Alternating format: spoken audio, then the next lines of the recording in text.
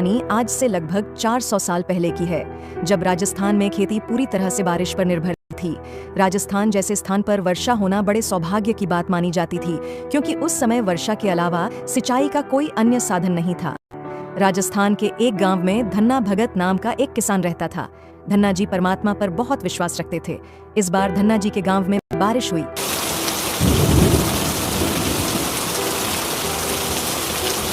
बारिश होने के बाद सभी ग्रामीण ज्वार का बीज लेकर अपने अपने खेतों में बोने चल दिए। धन्ना जी ने अपनी पत्नी से कहा, सुनो भाग्यवान, भगवान की दया से पहली बारिश तो अच्छी हुई है। ज्वार का बीज एक कपड़े में बांध दो ताकि खेत में ज्वार का बीज बो आऊं।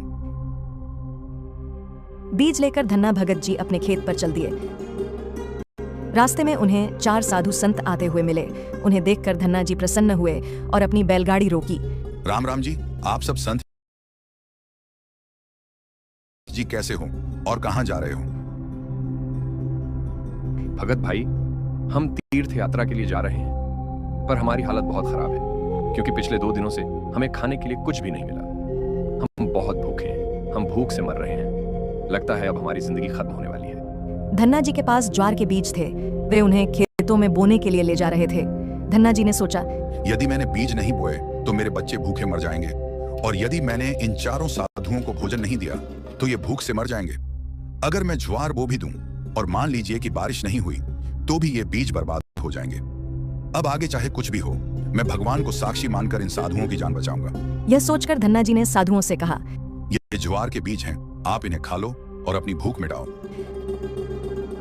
भूखे साधुओं ने ज्वार के सारे बीज खा लिए और कहने लगे, भगत भाई, आपका बहुत बहुत धन्यवाद। यदि आज आप हमें अन्न नहीं देते तो आज हम मर ही जाते।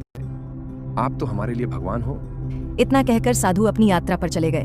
धन्ना जी की पत्नी गुस्सैल स्वभाव की थी, इसलिए धन्ना जी ने सोचा, अगर मैंने खेत में बीज नहीं बोए तो पड़ोसी खेत वाला पत्नी से शिकायत करेगा कि तुमने ज्वार क्यों नहीं बोई, और पत्नी को पता चलेगा तो वो झगड़ा करेगी। यदि मैं कंकर इकट्ठी करके थैले में डालकर खेत में बो दूं तो किसी को पता भी नहीं चलेगा। उन्होंने कंकर इकट्ठी करके थैले में डाल ली।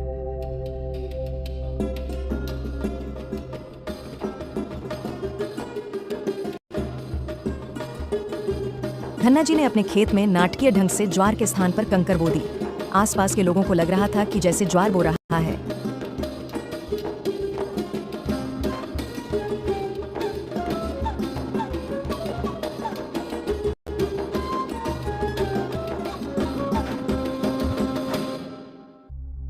कार्य पूरा करने के बाद धन्ना जी भी सब किसानों के साथ घर आ गए।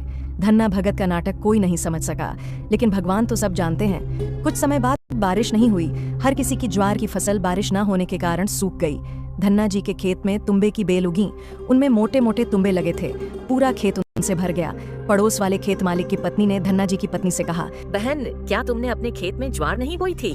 तुम्हारे खेत में तुम्बे की बेल बहुत ज्यादा उगी है। तुम ये क्या बोल रही हो? हमने भी ज्वार बोई थी। यदि तुमको मेरी बात पर विश्वास नहीं है तो खुद जाकर देख लो। वह खेत देखने पहुंच गई।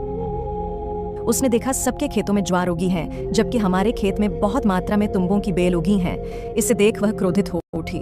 उसने एक तुम्बा तोड़ा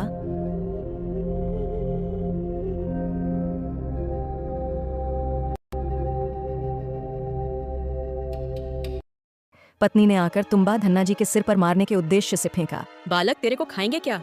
बीज कहाँ गया? धन्ना जी कुछ नहीं बोले। तुम्बा धरती पर लगते ही फूट गया। उसके अंदर से 5 किलो ज्वार निकली।